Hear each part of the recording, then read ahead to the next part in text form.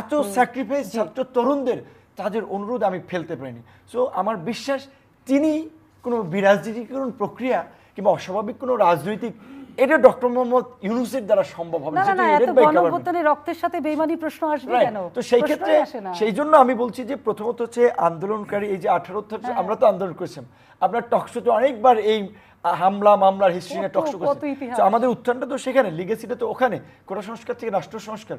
তো আমার দৃঢ় বিশ্বাস যেই সময়টা লাগুক আমরা রাজনৈতিক দল, নাগরিক সমাজ, গণমাধ্যম কর্মী সবাই যদি ওনাকে সহযোগিতা করি, দেশের বাইরে যে আমাদের মেধাবী তরুণ কমিউনিটি, ডাক্তার, ইঞ্জিনিয়ার, প্রকৌশলী সবাই মিলে যদি বাংলাদেশ পুনর্গঠনে ডক্টর মোহাম্মদ ইউনূসকে হেল্পিং হ্যান্ড হিসেবে কাজ করি, খুব অল্প সময়ের মধ্যেই সে একটা সিস্টেমের মধ্যে নিয়ে আসতে পারবে এবং ওই পর্যন্ত আমাদেরকে তো ওয়েট করতে হবে।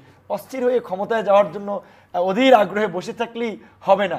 আপনার বুঝতে হবে কিন্তু এখন পর্যন্ত ছাত্র জনতা বলছে যে ইন্টারিম গভর্নমেন্টের দিকে তারা চোখ রাখবে, পরবর্তী রাজনৈতিক পরিস্থিতির দিকে তারা চোখ রাখবে। সো আমরা কেউ ভাবলাম যে রাতারাতি ক্ষমতায় চলে আসলাম, নো।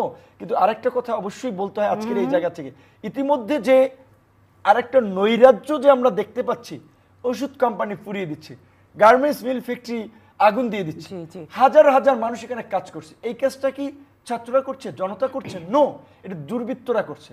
ইতিমধ্যে বিল্ডিং দখল হয়ে যাচ্ছে, মার্কেট দখল হয়ে যাচ্ছে।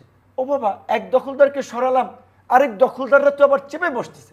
সো এই দখলদারি আমরা বলছি যে আমরা নিজেরা ওদেরকে চিহ্নিত করে গভর্নমেন্ট ফর্ম না হলে তো আর কোনো স্টেপ নেওয়া যাচ্ছে না। জি। গভর্নমেন্ট ফর্ম হওয়ার পরে বিচারের মুখোমুখি করবো এদেরকেও, এই ফ্যাসিস্টের